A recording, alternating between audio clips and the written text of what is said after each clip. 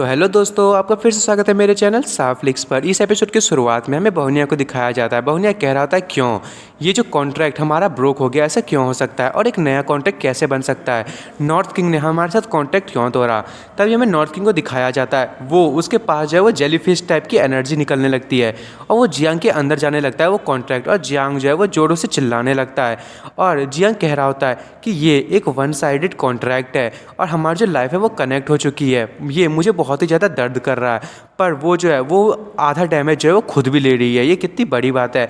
मैं जो हूँ यदि यहाँ पे मरा तो वो जो है वो भी डैमेज खाएगी, उसके लिए भी ये बहुत ही बुरा होगा। वो भी है, अब वो अपनी लाइफ फोर्स से नहीं बच सकती। तभी जो नॉर्थ किंग है वो जिन के पास आती है, वो कहती है कि जब तक मैं जिंदा हूँ मैं तुम्हें कभी भी मरने नहीं दूंगी, मैं हमेशा तुम्हारे साथ रहूँगी और तुम मेरे हमेशा एक प्रीशियस फ्रेंड रहोगे। तभी जियांग थोड़ा सा परेशान होते हुए कहता है, बेब को ये सच में एक जेलीफिश ही है, एक लड़की जो बिना दिमाग और बिना किसी दिल की है। तभी जियांग अपने पास से कुछ बुक निकालता है, वो कहता है कि तुम जो है अपनी जो कल्टीवेशन है तुम्हें उस पर बढ़ाने पे ध्यान देना चाहिए। चलो आज से शुरू करते हैं, और तुम्हारे पास सिर्फ 10 घंटे हैं, चलो अपने कल्टीवेशन को तैयार करो और रोज़ 10 घंटे प्रैक्टिस करना और अपनी जो सोल है उसको स्ट्रेंथन करना, और तुम्हारी जो बॉडी है वो भी इंप्रूव हो जाएगी। नॉर्थ किंग होती है, वो कहती है हाँ ये क्या कह रही हो। और जियांग कहता है कि तुम जो अब नॉर्थ किंग है, तुमने मेरे साथ कॉन्ट्रैक्ट किया है तो तुम्हें अपनी स्पिरिचुअल पावर बढ़ानी होगी ताकि हम दोनों की पावर बढ़ सके। और जियांग कह रहा होता है फ्यूचर में तुम जो वो मेरी सबसे बेस्ट फ्रेंड बन सकती हो और तुम्हें जो है बहुत ज़्यादा हार्डवर्क करने की ज़रूरत नहीं है, बस तुमने मेरे साथ कांटेक्ट कर लिया वही बहुत ज़रूरी है। और तुम्हें जो है बस ज़्यादा टाइम तक जीना है और आज से तुम्हें प्रैक्टिस करना पड़ेगा ज़्यादा टाइम तक जीने के लिए। और वो जो नॉर्थ किंग होती है वो कहती है अच्छा मैं समझ गई। तभी जियांग कहता है कि पर स्पिरिचुअल पावर जो है कॉन्टैक्ट के कारण जो है ब्रोकन हो चुका है, मुझे जो है डीमन लॉ की टावर को छोड़ के जाना पड़ेगा, नहीं तो मेरी जो लोकेशन है वो एक्सपोज हो सकती है। और वो जो सोल होती है वो कहती है मास्टर यहाँ पे एक छोटी सी प्रॉब्लम है। तभी जियांग कहता है आखिर क्या प्रॉब्लम है। और वो सोल कह रही होती है कि मुझे लग रहा है कि नॉर्थ किंग का जो कॉन्ट्रैक्ट है वो यहाँ पे हो चुका है, तो बाहर में कोई ना कोई तो दिक्कत होगा और उसके चक्कर में जो है वो कॉन्ट्रैक्ट उस बीस्ट पे भी हो गया होगा। और वो बीस्ट भी हमें दिखाया जाता है तो बहुत ज़्यादा परेशान हो रहा होता है। जियांग कहता है कि आखिर मेरा जो कॉन्ट्रैक्ट है वो कैसे ब्रेक हो सकता है, अब एनिमी जो है वो हमारे इंटीरियर एरिया में आ सकते हैं। मैं जो इस मेथड का बिल्कुल भी यूज़ नहीं करना चाहता था। पहले के टाइम में जो बहुनिया था वो यहाँ पे सील था और चारों किंग जो है यहाँ पे ट्रैप हो सकते थे इतने 1000 सालों तक, और बहुनिया जो है एक सब्जेक्ट के तौर पे था। मेरे जो एफर्ट है वो मैं बिल्कुल भी उसको वेस्ट नहीं जाने दूंगा। तभी वो कहता है बाइलिंग एनालाइज करो चारों किंग के कॉन्ट्रैक्ट को, और वो एनालाइज करना स्टार्ट कर देती है। और वो कह रही होती है मैंने टारगेट को ढूंढ लिया है, जो कॉन्ट्रैक्ट है वो बन चुका है। और वो कह रही होती है कि चलो अब इस चीज़ को और आगे करते हैं। कॉन्ट्रैक्ट जो है वो 1200 ईयर्स का है और ये उससे भी पहले बना होगा, और ये चारों जो डीमंस है और बहुनिया ने मिलके बनाया था। और जो चाइना सी है यहाँ पे इन्होंने ये ऐसा किया था ताकि यहाँ पे जो है वो कोई चीज़ एग्जिस्ट ना कर सके, और इसको रोकने के लिए फाइटिंग पावर को जो कम करने के लिए इस चाइना सी में ये लगाया गया है। 4 किंग जो है वो बैटल में पिछली बार मारे गए थे। ये दोस्तों पुराने 4 किंग्स की बात करी जा रही है और बता रहे होते कि उनकी जो कल्टिवेशन फॉर्म थी वो भी बहुत ज़्यादा अच्छी थी, पर जो उनके सक्सेसर थे जिनकी पावर ज़्यादा थी उन्हें उनकी सीट दे दी गई और सक्सेसर जो हैं वो इन 4 किंग्स के बनाए गए। और 4 किंग जो है अब ये खुद डिसाइड नहीं कर सकते कि आखिर कौन जो है वो कॉन्ट्रैक्ट को जो है वो लागू करेगा, और उन लोगों को इस कॉन्ट्रैक्ट को जो है वो मानना ही होगा। और जियांग कह रहा होता है ये कितना अजीब सा कॉन्ट्रैक्ट है। तभी जियांग उस लड़की से कहता है कि क्या तुमने जो है कभी इस कॉन्ट्रैक्ट को पास्ट में इसके बारे में सुना है और तुम इससे बाहर जाने की तुमने कोशिश किया है। तभी वो जो लड़की है मतलब नॉर्थ किंग वो कह रही होती है कि नहीं मैंने अभी कभी ऐसा नहीं किया। जियांग कहता है कि इतने 1000 सालों से बहुनिया जो है वो यहाँ पे था और उसने जो है ईस्ट चाइना सी में इतना कुछ छोड़ के गया था।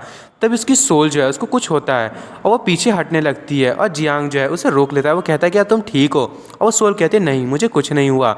और वो मन में कह रहा होता है जियांग कि ये आखिर ये है क्या।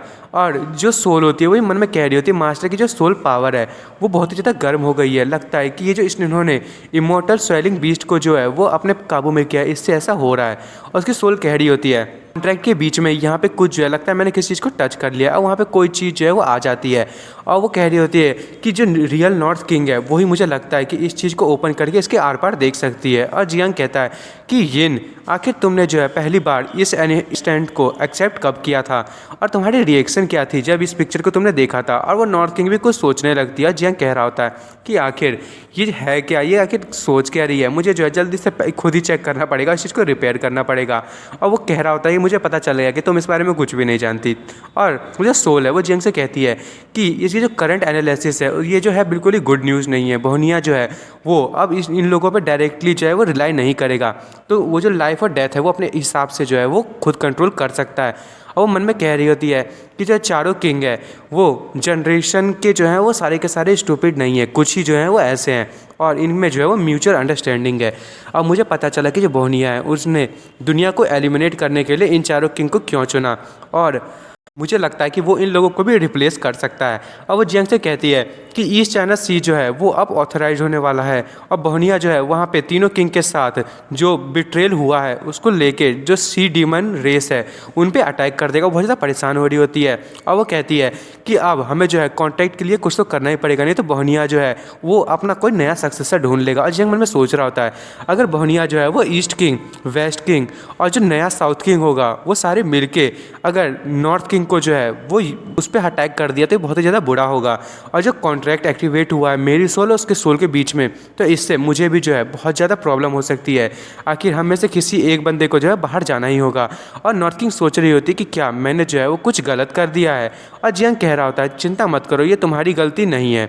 और वो उसके जो सर पे वो पैट करने लगता है और जियांग कहता है कि तुम अगर अच्छे से स्टडी करोगी तो तुम मेरे लिए बहुत ज़्यादा यूज़फुल होगी और ये मेरे लिए बहुत ही ज़्यादा अच्छा काम कर सकता है। और वो जो नॉर्थ किंग होती है वो कहती है ठीक है, तो मैं जितनी ज़्यादा हूँ वो उतनी ज़्यादा स्ट्रॉन्गर बनूंगी और मैं अपनी फूड को प्रोटेक्ट करूँगी। और वो बुक पढ़ना स्टार्ट कर देती है और वो कह रही होती है कि जो ह्यूमन है वो ऐसी प्रैक्टिस करते हैं। और उसके बाद हमें जियांग को दिखाया जाता है वो मन में कह रहा होता है कि बोहनिया जो है वो अब वेस्ट किंग जो है वहाँ से अलग हो चुका है, तो मुझे लगता है कि सीक्रेट रियल में कुछ होने वाला है। अब बोहनिया जो है वो अब नए बंदे को एसोसिएट करेगा और मुझे कुछ लोगों पे जो है सस्पिशन है, तो मुझे कुछ सिनेरियो को जो है वो देखना होगा। और वो उन तीनों लड़कियों की तरफ जा रहा होता है और वो कह रहा होता है कि अब जो सिर्फ ईस्ट किंग है वो ही रह गया है, तो चलो उसे ढूंढते हैं।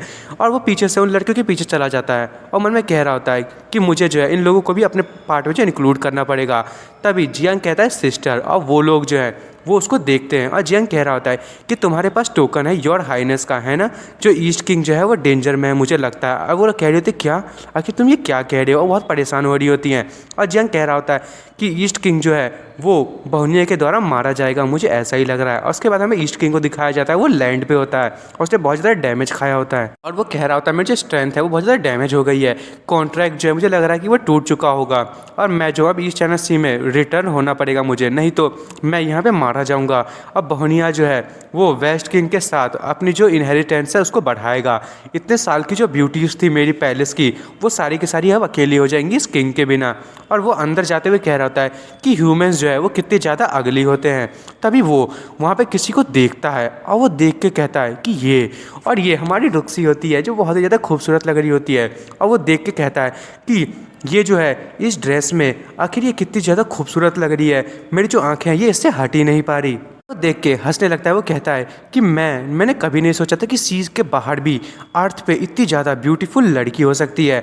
और वो कहने लगता है कि क्या तुम उस बंदे को जानती हो, और किसी बंदे का ना वो कॉलर पकड़ लेता है। वो बंदा कहता है कि हाँ, यहाँ पे ऐसा कौन है जो नहीं जानता होगा जनरल को, ईस्ट चाइना सी के कमांडिंग मिस्टीरियस ब्लैक आर्मर्ड कैलावेरी।